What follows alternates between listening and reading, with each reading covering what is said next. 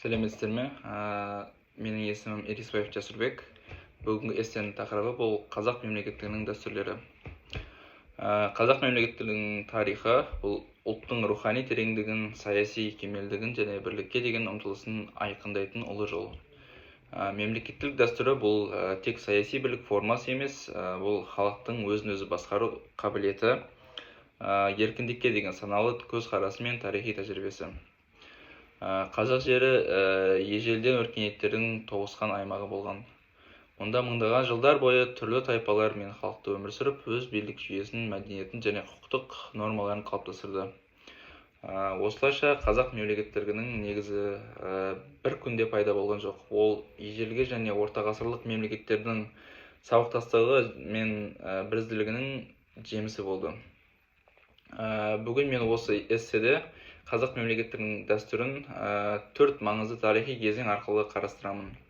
Біріншісі бұл қазақ хандығының құрылуына дейінгі алғы шарттар.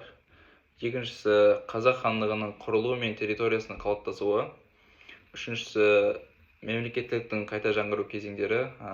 Алаш қозғалысы, қазақ АКСР мен КСР. Төртіншісі КСР-ның ыдырауы және тәуелсіз Қазақстанның пайда болуы. Қазақ хандығының құрылуына дейінгі алғы шарттар. Қазақ мемлекеттілігінің бастауы бұл ежелгі дәуірлерде өмір сүрген.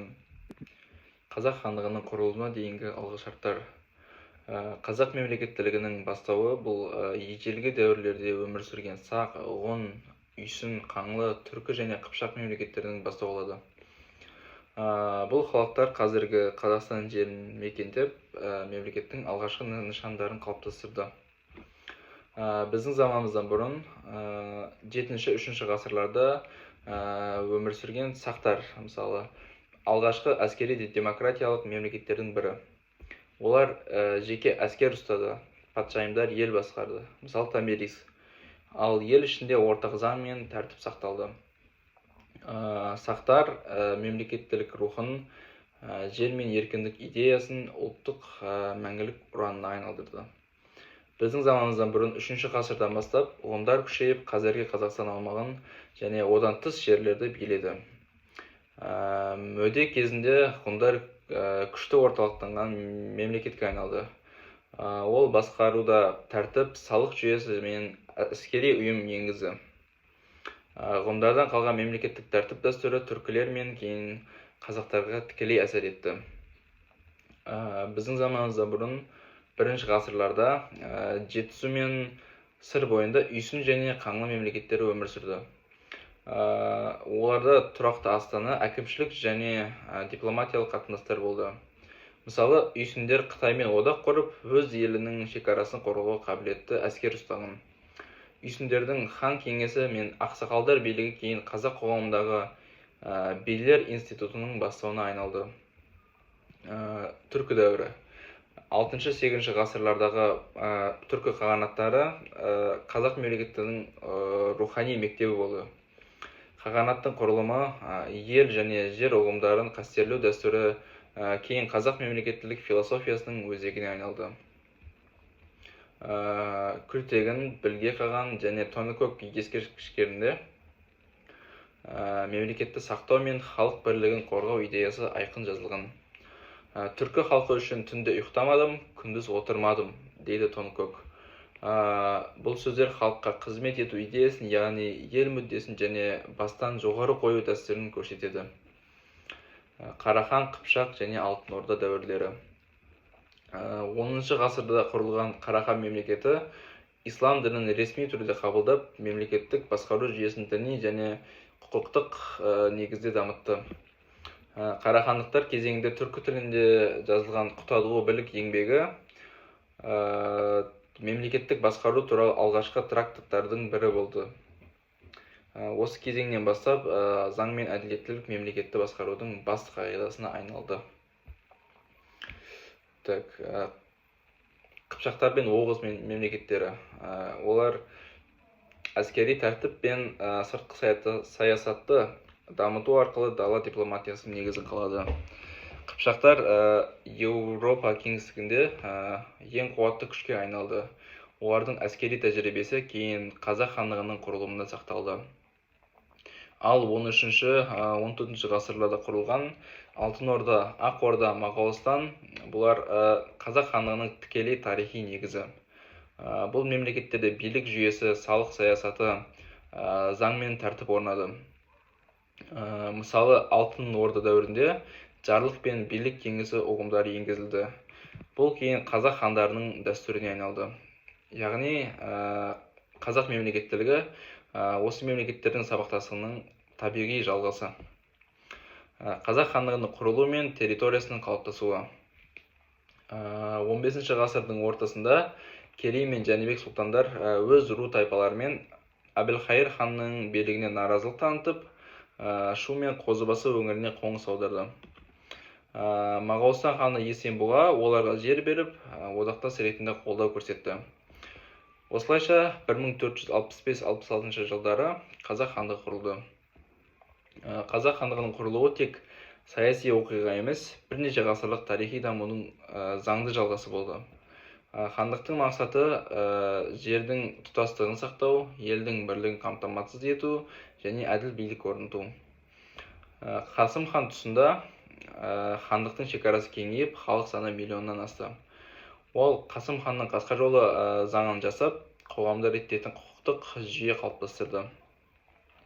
Бұл заң жүйесі халықтың әдеп ғұрпына, әділеттілік пен теңдік принциптеріне негізделді. Есім хан ескі жолды дамытып, ел ішінде тәртіп орнатты. Ал Тәуке хан жеті жарғыны қабылдап, мемлекеттің ішкі саясатын тұрақтандырды. Бұл құқықтық нормалар қазақ мемлекеттілігінің заңдық сабақтастығының айқын дәлелі. Қазақ хандығының аумағы Сырдариядан Алтайға, Жетісудан Еділге дейінгі кеңістікті қамтыды.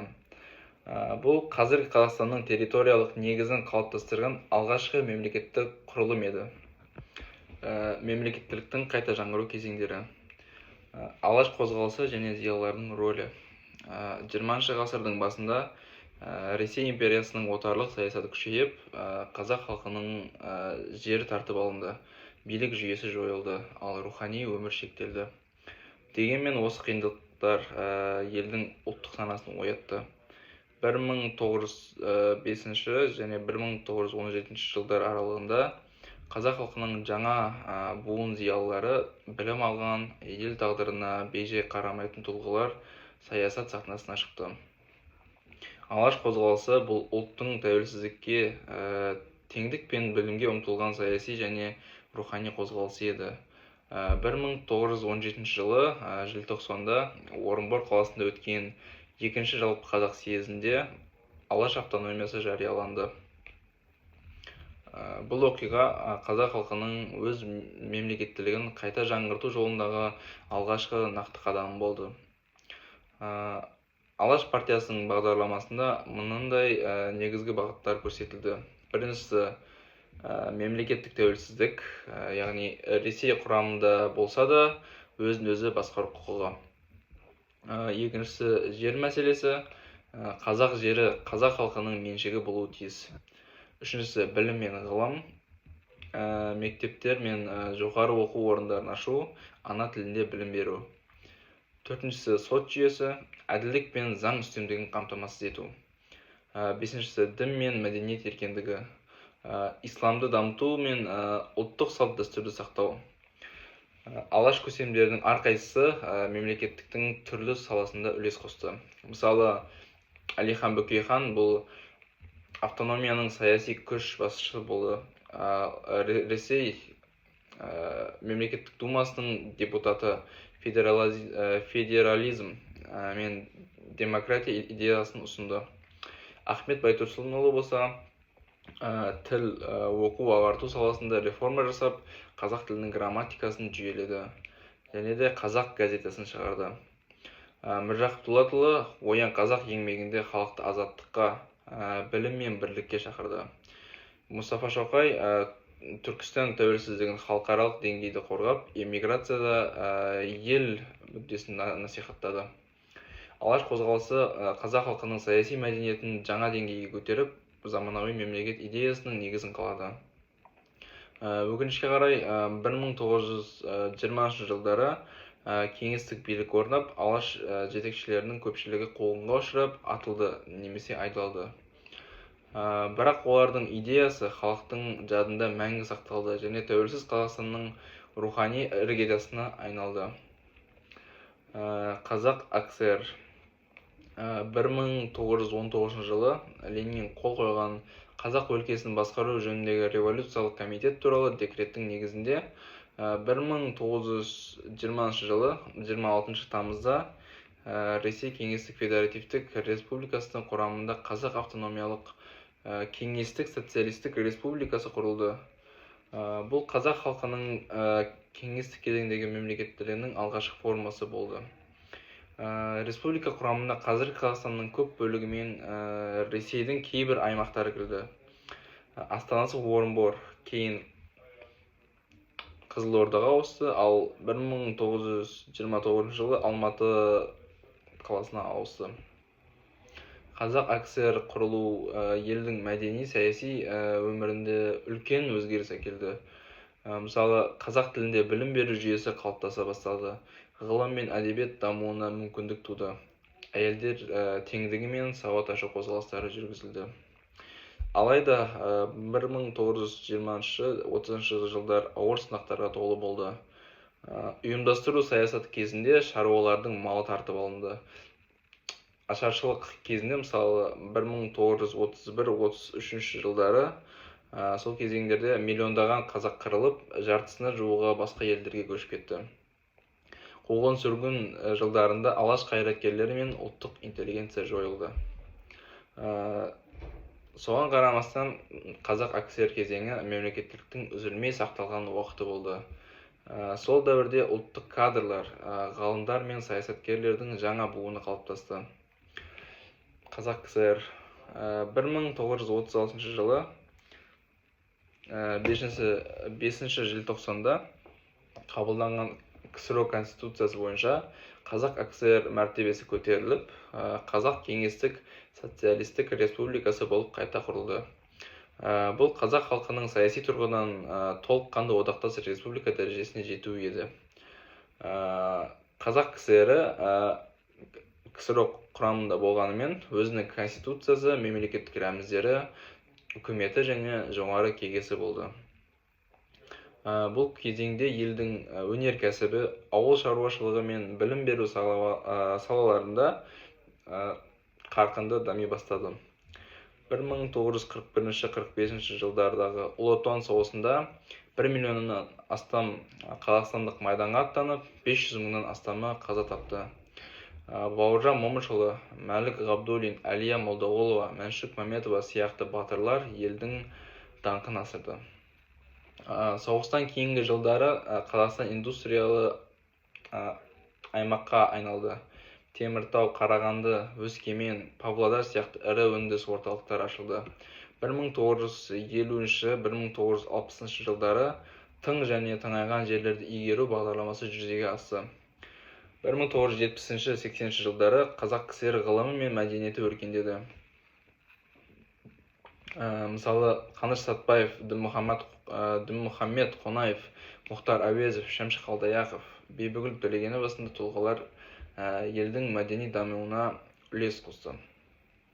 Алайда бұл кезеңде орталықтың үстемдігі күшейіп, қазақ тілі мен ұлттық құндылықтар екінші орынға ығыстырылды.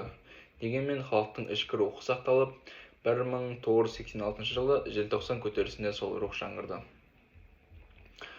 КСРОның ыдырауы және тәуелсіз Қазақстанның пайда болуы. 1980 жылдардың соңында КСРОда экономикалық және саяси дағдарыс тереңдеп, қоғамда өзгеріс қажет екені анық байқалды. 1986 жылы желтоқсан көтерілісі осы өзгеріске жол ашқан тарихи оқиға. Қазақ жастары Мәскеудің шешіміне қарсы шығып, өз елінің тағдырын өздері шешу құқығын талап етті. Бұл көтеріліс ұлттық сана сезімнің қайта оянуына түрткі болды. 1990 жылы 25 қазанда Қазақ КСР мемлекеттік егемендігі туралы декларацияны қабылдап, тәуелсіздікке алғашқы қадам жасады. Ал 1991 жылы 16 желтоқсанда Қазақстан Республикасы өз тәуелсіздігін жариялады. Тәуелсіздік жылдары еліміз саяси, экономикалық және рухани тұрғыда түбегейлі өзгерістерге ұшырады. Мысалы, 1992 жылы Қазақстан Біріккен ұлттар ұйымына мүше болып кірді. 1993 жылы алғашқы конституция қабылданды. 1995 жылы қазіргі жаңа конституция бекітілді. Мемлекеттік рәміздер, мысалы, ту, елтаңба, әнұран қабылданды. Бүгінде Қазақстанның даму бағыты бұл демократиялық, құқықтық және әлеуметтік мемлекеттік құру. Мемлекеттілік дәстүр сақталып, заманауи мазмұнмен байытылуда. Және де қорытындылай кетсем, қазақ мемлекеттілігінің тарихы бұл үзілмеген алтын тізбек. Сақтар мен ғұндардан басталған, түркілер мен алтын орда арқылы дамыған, қазақ хандығы мен алаш қозғалысы дәуіріне жаңарып, тәуелсіз Қазақстан кезеңінде кемеліне жеткен бұл дәстүр ұлттық мәңгілік рухы. Қазақ халқы үшін мемлекеттілік жер мен тіл, дәстүр мен бірлік. Бүгінгі Қазақстан осы тарихи сабақтастықтың жеңісі. Назарларыңызға рахмет.